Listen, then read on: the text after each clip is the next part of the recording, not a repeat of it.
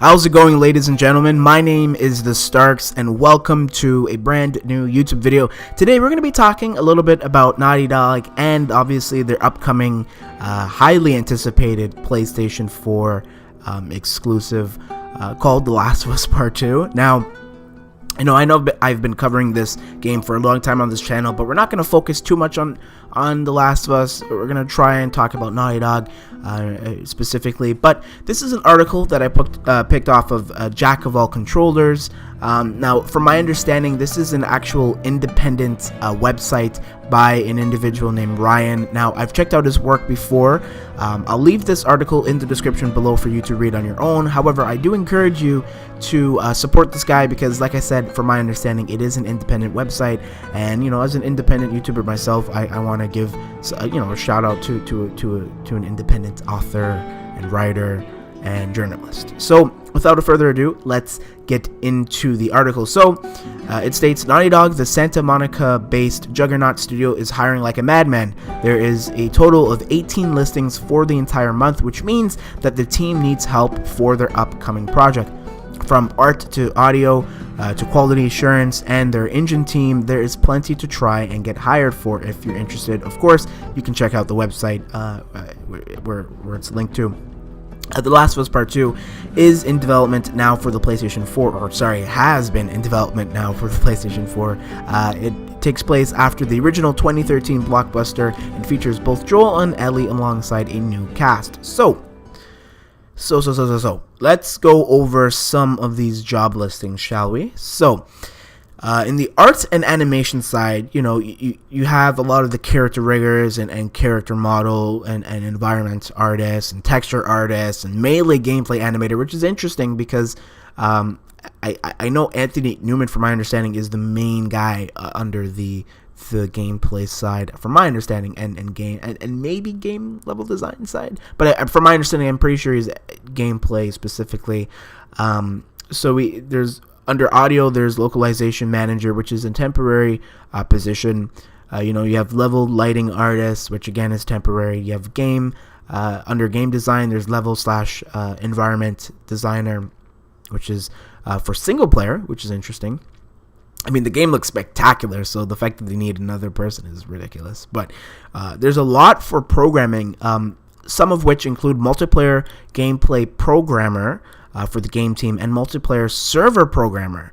And then obviously we have your typical quality assurance thing and, Russian localization quality assurance tester, development support, and 2 positions for that, and quality assurance tester. So, that's really, really, really interesting. But the thing I want to highlight specifically is the multiplayer aspect of the programming side, because that is something that host of the PlayStation Source, or one of the hosts, Kevin Diaz. So I, am the second host for the Road to Part 2 series on the PlayStation Source channel. If you want to check that out, I'll leave a link to the recent video that we have uploaded there.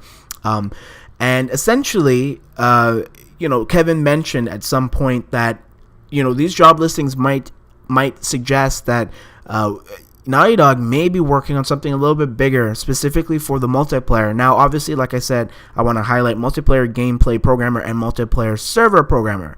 And the reason why I want to do that is because, obviously, from my understanding, the servers run based off of peer-to-peer, which I hear isn't the strongest. Listen, I took a Cisco IT class. I almost failed it, so I'm not the best when it comes to that kind of networking stuff. I hate networking. I'd rather program, and I don't even know how to program. But nonetheless, peer-to-peer isn't as strong as it. I think it can only work specifically if you're not playing internationally, from my understanding. But anyhow, that was one of the main criticisms for a lot of the multiplayer sides for Naughty Dog games. And so the fact that they're possibly looking to change that for Part 2 is great. We obviously know, or at least if you don't, the PlayStation 3 servers for Uncharted 2's multiplayer, Uncharted 3's multiplayer, sadly, and of course The Last of Us's multiplayer is going to come to an end from, I think, September the 5th. So, which is sad, but I think that's to improve on The Last of Us Part 2's multiplayer, as well as any upcoming multiplayer games that Naughty Dog might have in the future. Because I'm sure it costs money to run those servers, and so rather than investing in servers that not a lot of people play on, they can shift that focus and get that extra spare of money to really invest on some of these positions for multiplayer and others, as well as to really ensure that the multiplayer is as fleshed out and playable for a lot of people.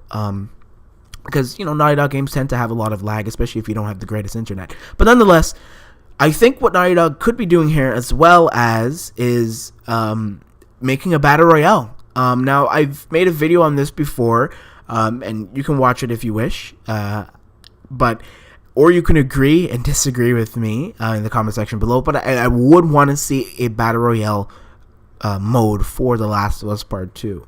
You don't have to, but I definitely do, and I think we might end up getting that.